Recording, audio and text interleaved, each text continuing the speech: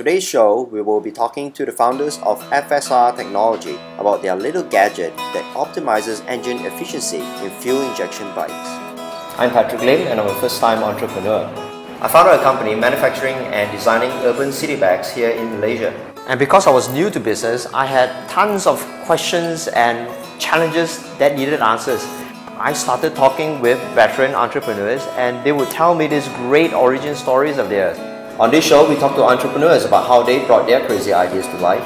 We get to hear their stories of adventure and challenges and how they started from zero to hero.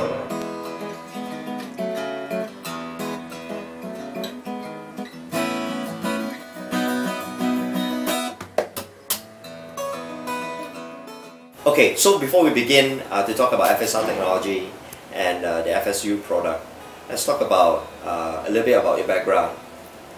FCU. Right.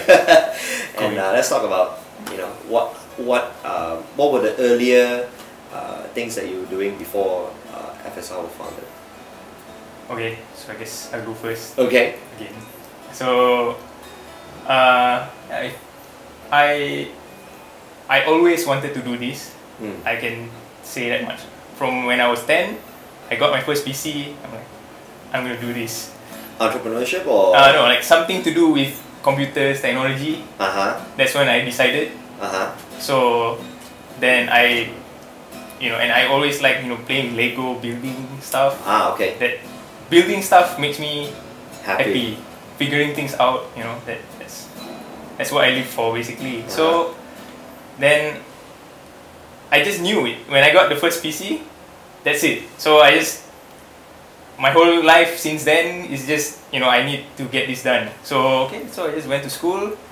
I went to CMU, got my degree in electrical and computer engineering, masters the same. I came back and I worked for a chip design firm. So at that time I really wanted to design chips. That's what I thought. That's what I thought. Yes, microprocessor. I thought that's what I wanted to do. Right. Like that was it. So everything was like, okay, I'm gonna do this. So I came back home, and then I worked for a chip design firm basically. But I did not. I wanted to go into some sort of startup thing. So I didn't go to Intel. Got an offer. I'm like, no, go. I'm going to this place. It's a small. So you went to a small startup rather than Intel. Well, it wasn't really a startup then, but it was still small. KASIC at the time was a small company. So I went there because I thought, this would be more interesting than working in a big. Do you have like any intuition why you wanted to join? Why you chose to join a startup? For me, it's something like if you work at a big company, you are just like a small. I see. Small little screw. Right. In the whole working, you lose one, they just like put in another one. Everything just still works. Right. So, for me, like I want it to be more meaningful than into the thick of the action. Yes. Right. Yeah. So that's why I thought, okay, then and if you join a big company, you're doing a really small part. You probably be assigned like a very focused job. Right. And that's it. You just go down that path and you just don't have you don't have the breadth so much. Maybe that's what I'm thinking. I don't know if that's true because I never worked at a big company. Okay. So so then I joined this company and I learned a lot of things, and a lot of it was like indirect learning because join like there's no one there there's no training program for new guys, right? Like a big company, you have, you follow, you have these things, and so everything there, you just go and you just learn yourself, read up. So that actually works well for me. I like doing that. So so from there, I had this idea about automotive back in my school days. I just didn't know how to do it. Back then. So then when I went out to work, then I realized I could actually do this. Then I learned how to design a SoC. So now we don't design SoC? system on chip, Alright. but a lot of these microcontrollers and stuff, they are actually system on chip. You know, you have the CPU, RAM, everything's integrated onto a chip. You know, like all your Apple phones and all that run on SoCs. Operating system? No, it's the hardware. The hardware. So what happened was to get. So I'm no techie, right? Right. That's okay. Well, to get that working, you have to know the hardware, and also I wrote a lot of test software. Yes. For that. So then I realized, oh, I can do the software too. It's it's not so difficult. Right. So from there, I realized, okay, I can do this. So and then after that, then he joined, and then we worked on a project for quite some time together. So yeah, I think we did a good job on that. Yeah. So so I realized, like, this guy, I definitely need someone like this around. He's really good at what he does. So he has certain skills that you feel will be able to complement your skills as well. Yeah. But to be honest, it's not really I had the skills, right? But I was willing to learn, I guess. Yep. I see. Because for me personally, I started my career at Intel. So initially, I was with a department that designed it's a technology development for manufacturing. So do you agree with his point of view about joining Intel versus a smaller there's some truth to it, yes, I would say that. But there are also things that small companies cannot. It's not in a position to obtain, right? Because like they have invested like tons of money, so they are like way ahead of the curve, from everybody else. So you got the opportunity to actually learn like latest technology, with a lot of resources, right? So there are other points to consider also. So for me personally, initially I work at a technology development division for manufacturing, and I found that not to be like so interesting because there were too much PowerPoint presentation, I guess, because I had to spend weekends to write up PowerPoint slides, so did not quite like that lah. So I joined a design team. The design center was called Penang Design Center back then. That was much more interesting. That's when I started to discover my interest in actually, like, it's quite advanced technology. Basically, it's quite a pride to actually know that you are the one who's using the latest and greatest tool around to make the latest and greatest chip that people use, that people are eager to wait for new release. So it was a pride there. So it was an interesting experience to me. Up to a point when then I realized that I would also love to experience new things. So after like a few years in the design department, I got an offer to join the company that eventually I met Farhan at, so KSIC. So they offered me a role where I could be more creative, I guess, because it's more front end. It's more like at Intel. So the way chip development works is that you have an architectural phase. Then from architecture is translated into logic. From logic translated into like physical design. From physical design into manufacturing. So the role that I was offered enabled me to move further up in the value chain. So that's when I decided to switch companies from Intel to KSIC, and I started to learn more about like RTL coding and how architectural point of view . So it's quite interesting. So after me and Farhan, we worked together on the PCIe project for quite some time. It was quite successful. For me personally, the next step would be to learn how to actually use what people develop downstream at the software side. So that is where like the knowledge of firmware is essential. So that's when we started to read up about things related to that, and then then we were like, so Farhan has this idea about doing automotive electronics product. So we were talking, and we discovered that there is a niche opportunity lah in actually coming up with a product like this, because we saw that motorcyclists are enthusiast motorcyclists are willing to spend money. So, and we also saw saw that there were a lot of gimmicky products in the market where people claim to be making engine performance improvement, whatever, fuel saving product. Like pour this in. Yeah. So we found that there are a lot of gimmicks out there, and people were conned, so to speak, to buying into like those kind of products. So we thought that might as well we give something that is of real value to them, that we know that we capable of doing. So that's how things got started. So it was an idea. It first started off with an idea, or were you all brainstorming about ideas?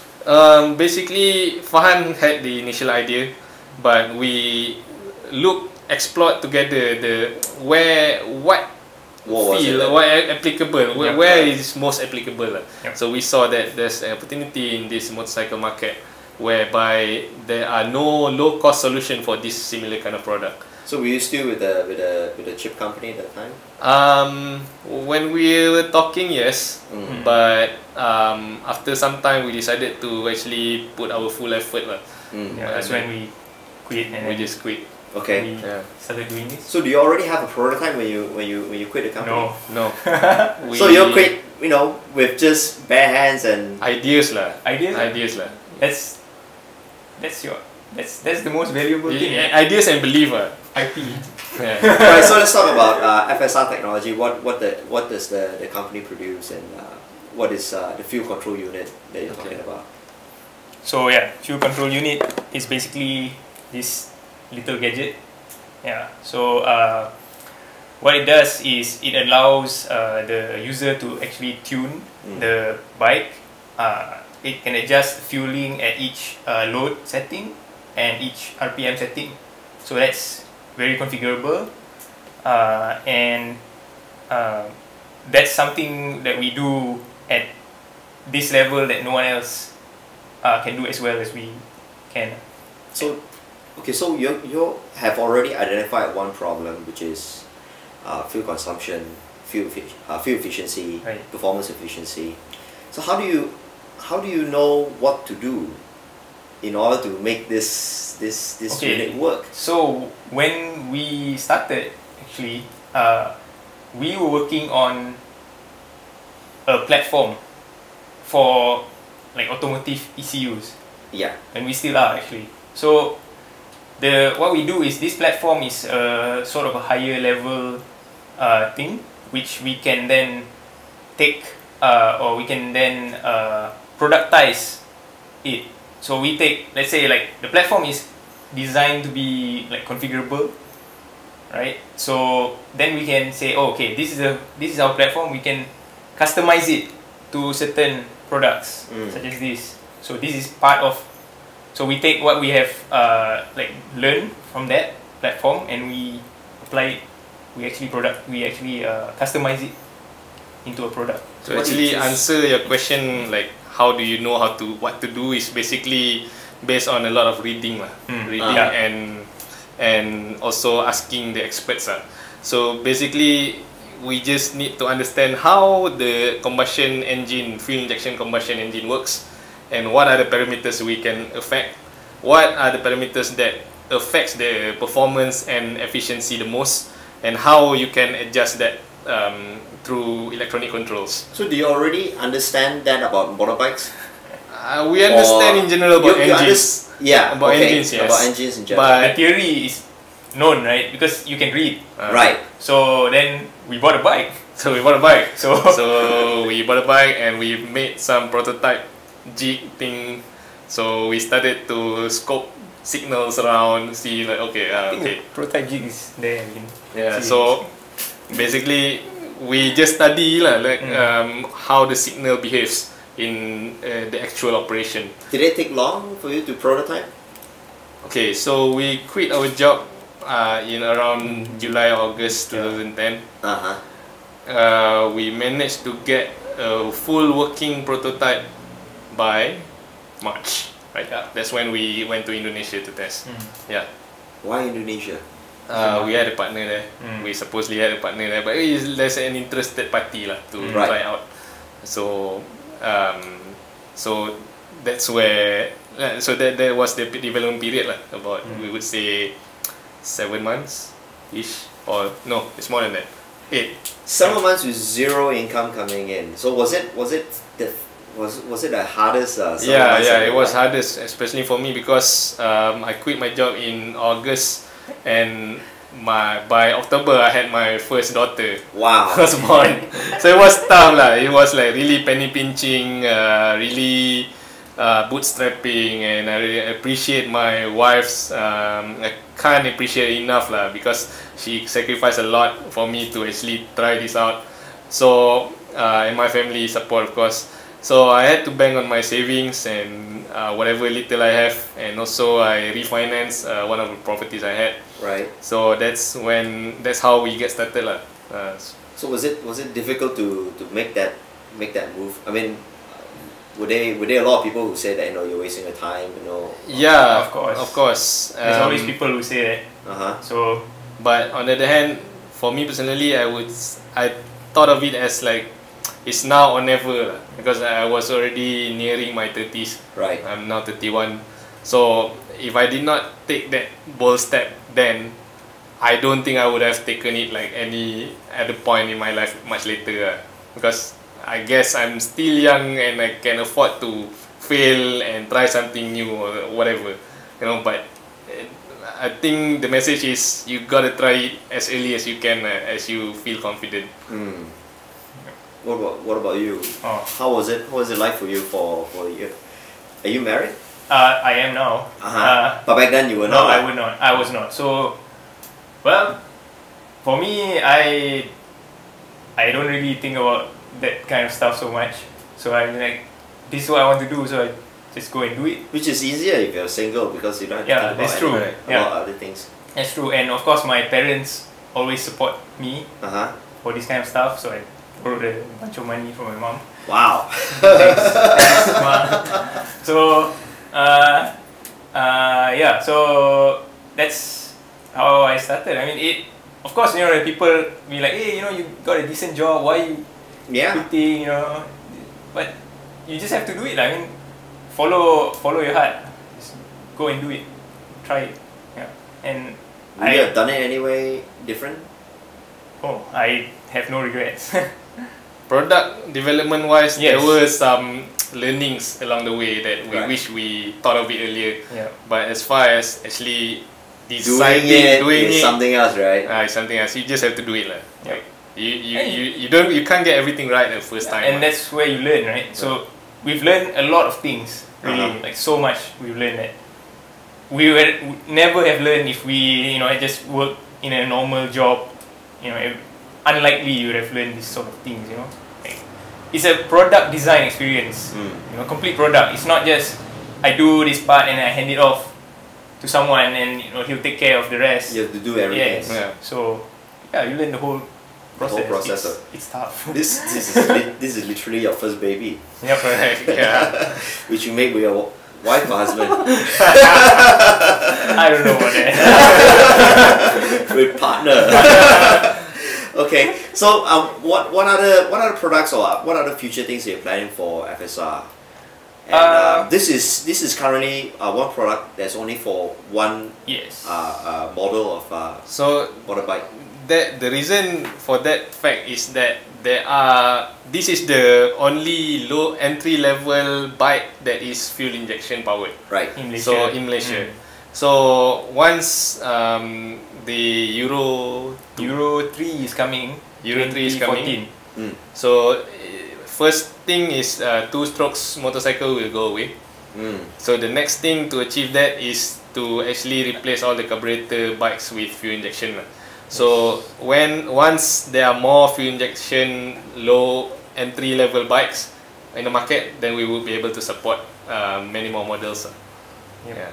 Okay. So it's already in the works, or I mean, do you have the fear that if, let's say, this particular motorbike were to go obsolete, then you have to rework on a new model entirely to compensate for? There's definitely the fear.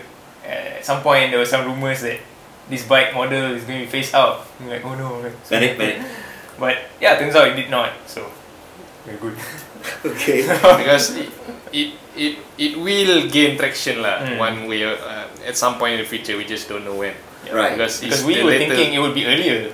Actually, the shift to the Euro 3 and higher, but turns out that it was delayed to 2014. It was supposed. I think we expected it to be around 2013 ish, but now it seems to be 2014. Right. So a bit pushed back, but at least we are there. We know what we have to do when that happens. So what about the higher CC bikes? Why not develop something for them as well? We could.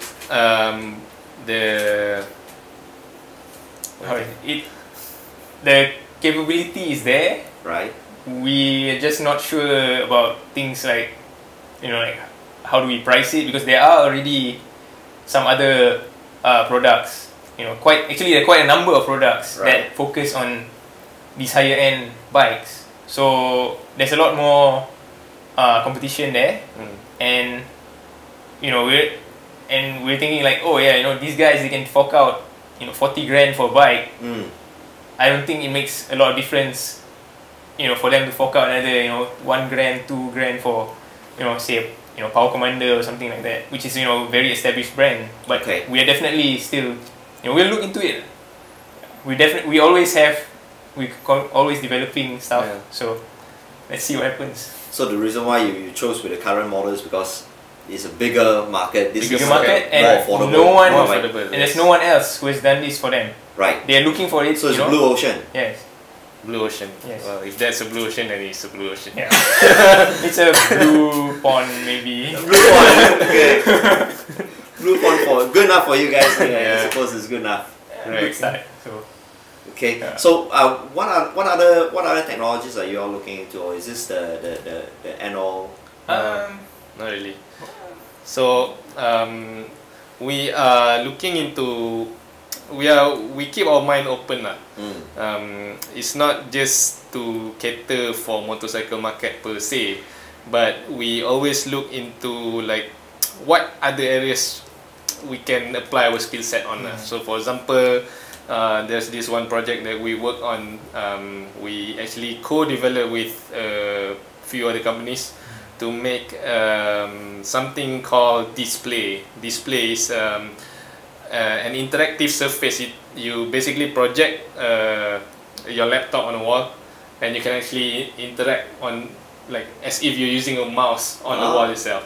So that's one of the things that we have done lah. So that is in collaboration with one or two other companies. As cool as Matrix. Sorry, as cool as hopefully Minority Report. we will get there. Hopefully, hopefully we'll get there. So I mean, there was some custom hardware IP right. we developed. It's like FPGA stuff. So we do a lot of random things like this. So which brings in more revenue in terms of revenue split between collaboration work and the FCU? What's the percentage ratio like? Oh, definitely the FCU is still a bread and butter lah. So the reason we agreed to do the collaboration was because they agreed to pay us upfront some money. Oh, that's nice. So for development, that's so nice. it helped us to sustain lah. Right. Yeah. So and also at this point we're not sure yet about the product ownership, but there's a agreement about like royalty and stuff. So it's just like a side income for us lah. Sure. So once you have the prototype, then it's all about selling. It's all about getting a distributor. What were the challenges? Consider the fact that both of you are very techy, very tech-oriented people, right? Yes. So was it difficult for you to dabble into sales and distribution? Oh yeah, it's very tough. So who does it right now? Well, we both do everything together, I guess. Whatever we have to. Yeah. So for our first product, this FCU, the majority of our customers are basically direct end users lah. So we sell directly via online. How do they know? How do they? Oh, because this I would say that this kind of enthusiasts, they have their own community. Okay. So once you spread the word through like some influential key players there, so the word just spread like fire. Wildfire. Yeah. So that's how it got started lah. And Facebook helps, of course. Then they have this community forum online. That's where we started to advertise our product. And other than that, it's just word of mouth lah. So we basically got orders via online. Or like direct walk-in customers lah. So that is probably our 97% of our customers are like that. So we do have a couple of motorcycle shop owners who are interested to actually distribute our product. So we give some to them. So they approach you rather than you approach them lah. So you started from grassroots. Correct. You didn't even go into retail or anything like that. No. And the grassroots is the one that really pushed for it, and the retailers came after that. Yeah. Yes. So they wanted it because no one else had this product, and and a lot of it is basically it's just word of mouth recommendation. My friend said this is good, so they come and they buy it. Yeah. So were there any challenges? The fact that your product is made in Malaysia. I mean, in all aspects, every time we talk to someone, a lot of them would say that it's made in Malaysia. It has to be cheap. It has to be inferior quality. Do you have that challenge? Correct. Perception, of course lah. There were some Trolls. Trolls around. Yes. But the proof is in the pudding lah, I guess. Right. Because there's one more. Another reason we could take off was because we invested in a dyno machine which costs about, I don't know, easily about 50,000 ringgit. So we could actually see the difference between before and after using our product. How much was the dyno, Jay? 50,000. 50 grand. 50 grand. Where do you get 50 grand on year one? We do get some assistance. Right. Yes. So from the government or from personal?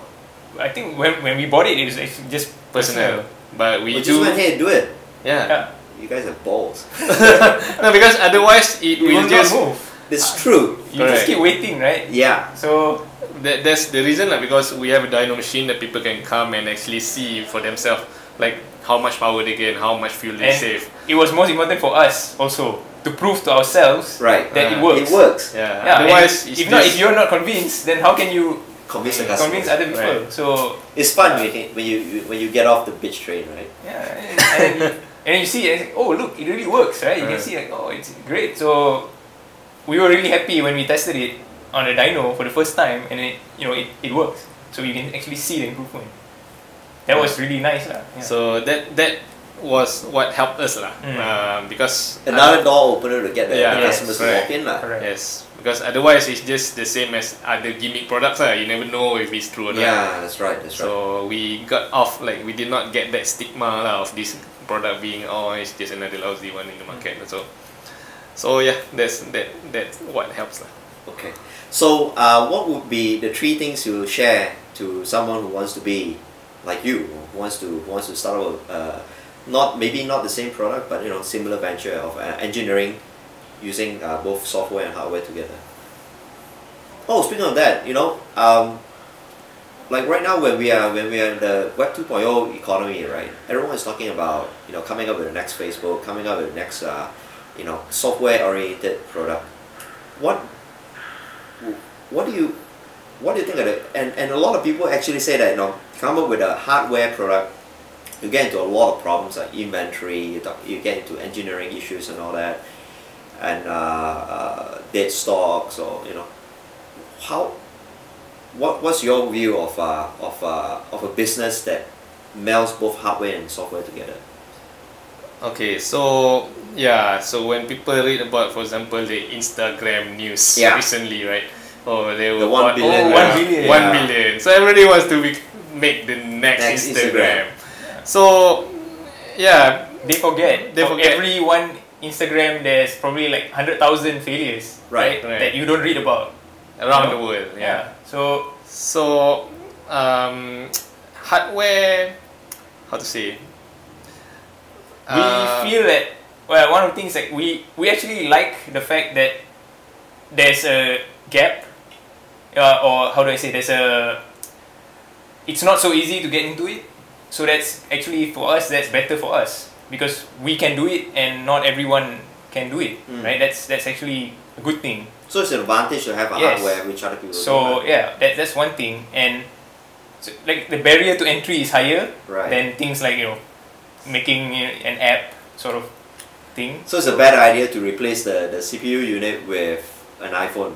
I don't know. You plug your iPhone in and then I don't think you will fly. Your iPhone is kind of expensive, So yeah, I don't think a lot of people will sacrifice their iPhone. So regarding the worry about developing hardware product, worry about inventory and stuff, I think that is slightly overrated. Basically, there are a lot of options where you can do low volume manufacturing.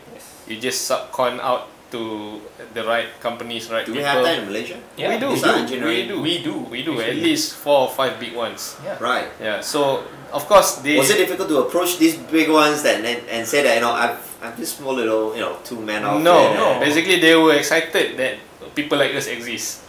Because they were hoping that if there are more people like us, they would get more business. Right? Yes. So it's a symbiotic environment lah. So I guess what I'm trying to say is there are options to not go big volume right off the door. So you can start with low volume manufacturing. Your cost would be slightly higher, of course. Right? So once But you get to test the market. You get to test the market. And so you don't get to inventory, you don't have to keep so much stock, you don't have to invest so much upfront. Yeah, so once you have cost, your cost is this much, your margin is this much. So once if your product takes off and get traction, you can actually reduce your cost by increase your manufacturing volume. Right. So by that time you could actually gain More bigger margin. Yeah. So that's how people should start lah. Like start with a low volume manufacturing first, and then see how the market reacts. And if good, then proceed with high volume. Establish your channel first, I guess. Right. Yeah. Get the foot in first. Correct. And just, go through the process, like the design process, that you all the way to manufacturing. Then you realize like some of the problem is not just it's not just getting work out the bugs. Yeah, it's not just your inventory. It's just, your whole process has to be, you have to go through the whole thing. Yeah, then it takes a lot of time to do that. Yeah, it's not just I make it, I sell it. No, yeah, we actually we were kind of thinking along that way. Started saying, we just go and do this. It's just gonna work, and we just sell it. And then you realize, oh no, it's actually a lot more that goes into it. Yes. So I suppose it gets like that when you are through the process from day one. Yep. Right. So what would be the top 3 things you would share with would-be entrepreneurs? Well, for me, I think that first thing is, if you, let's say you're going to quit your job and you figure you need X amount of money for X amount of time, always budget double that. Oh, okay. Yeah, double what you think you will need, because you will need it. Yes, so that's one thing. Bigger buffer. Yeah, bigger buffer. But it's like whatever you think you need, just double that. Yeah, and probably you will be less desperate like later down the road.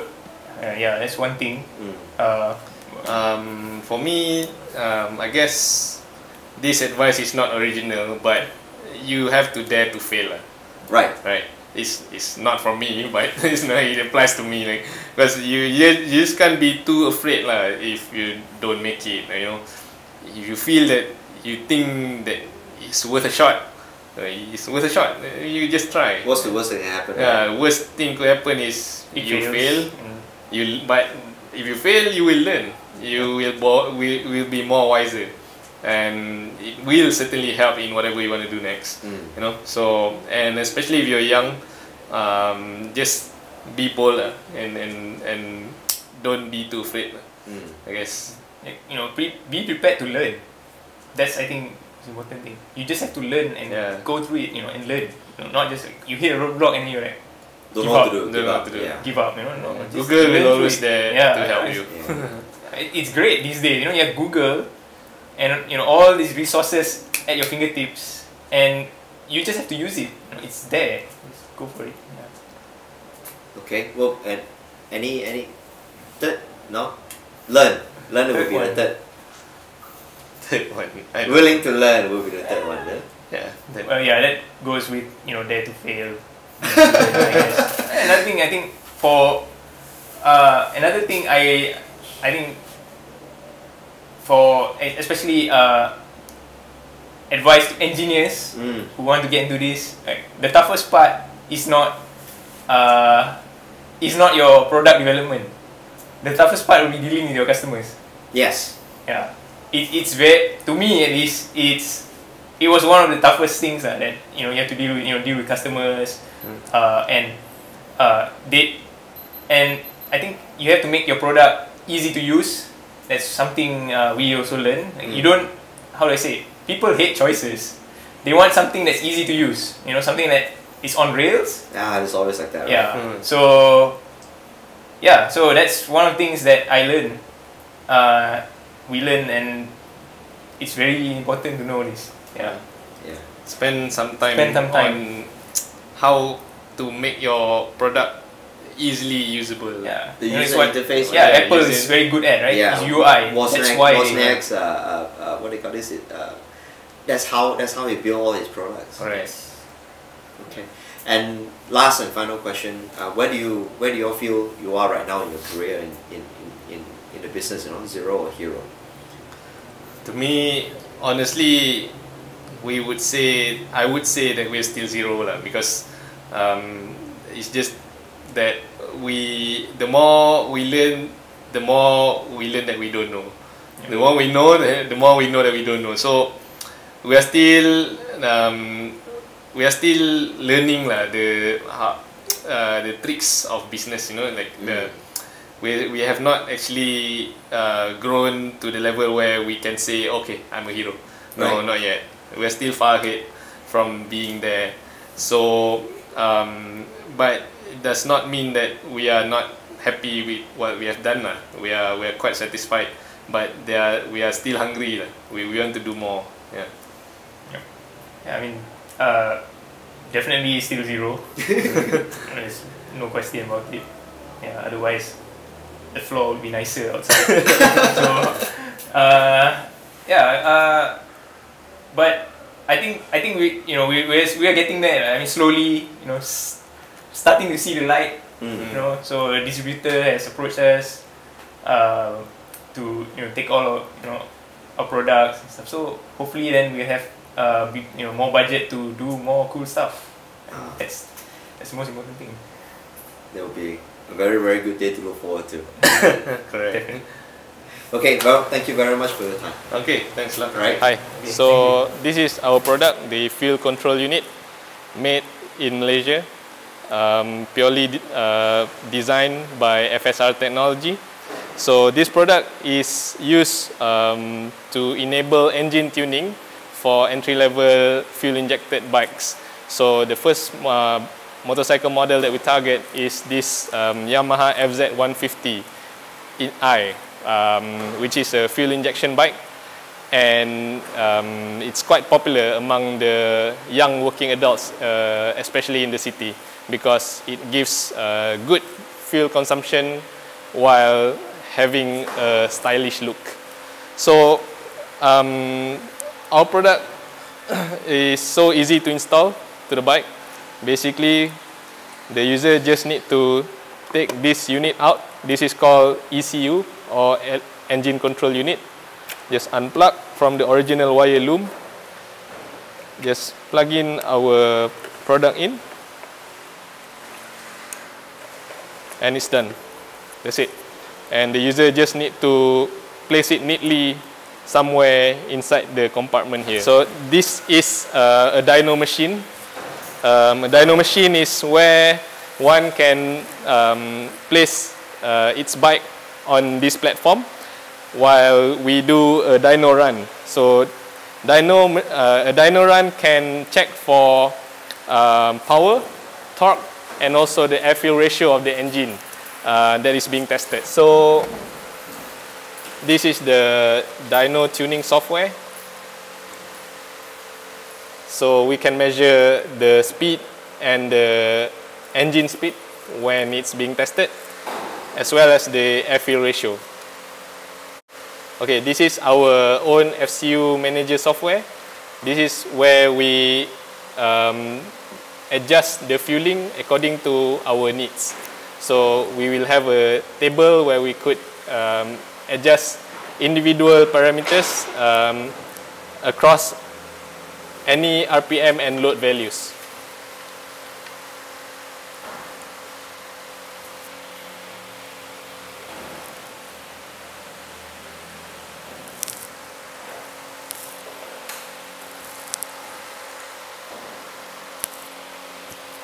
So it is you can communicate with our product using standard USB. There's a password. So once you have established the communication, you can already start to manipulate the values around. So these are the RPM points that you can adjust, as well as the engine load. This is an example of a dyno run result that we did. Okay, this is a comparison between a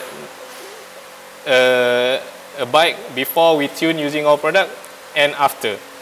So this is an air-fuel ratio graph, while and the top graph is power. The blue curve shows the result of the dyno run before we tune, and the red is after. So in this air-fuel ratio graph, the further down you go, that means your fueling is richer. If you look at this graph, you will find that after about 5,500 RPM, the fuel in the combustion is richer than what it needs to be. Then what this means is that it will step down the power of the bike. So with using our FCU, we tune the fueling to reach the level that we target, which is about 13.5 air-fuel ratio, which is where the max power can be extracted from the engine. So using our FCU software, we adjust the fueling so that it matches the target air-fuel ratio, and you can see that the result is shown by this red curve here, where near the cut-off of the engine, you can get up to about 1.5 horsepower. So just by correcting the fueling of the engine, you could gain up to 1 to 1.5 horsepower. This is quite significant for a small engine like for this bike. This extra power helps in getting a better riding experience, especially when you are riding on an uphill route, or when you are trying to undertake another vehicle. It gives more confidence to the riders that it has more power to control the bike. As well as, in addition, it also helps in fuel efficiency by improving the fuel consumption, where you can see that before we tune, the consumption is more than what is needed actually. So FCU helps to actually reduce the fuel consumption by hitting the correct air-fuel target ratio, which is less than what the stock condition was. So that is pretty much what we do with our FCU, and it really helps to give extra power and extra fuel efficiency to the riders. Thank you.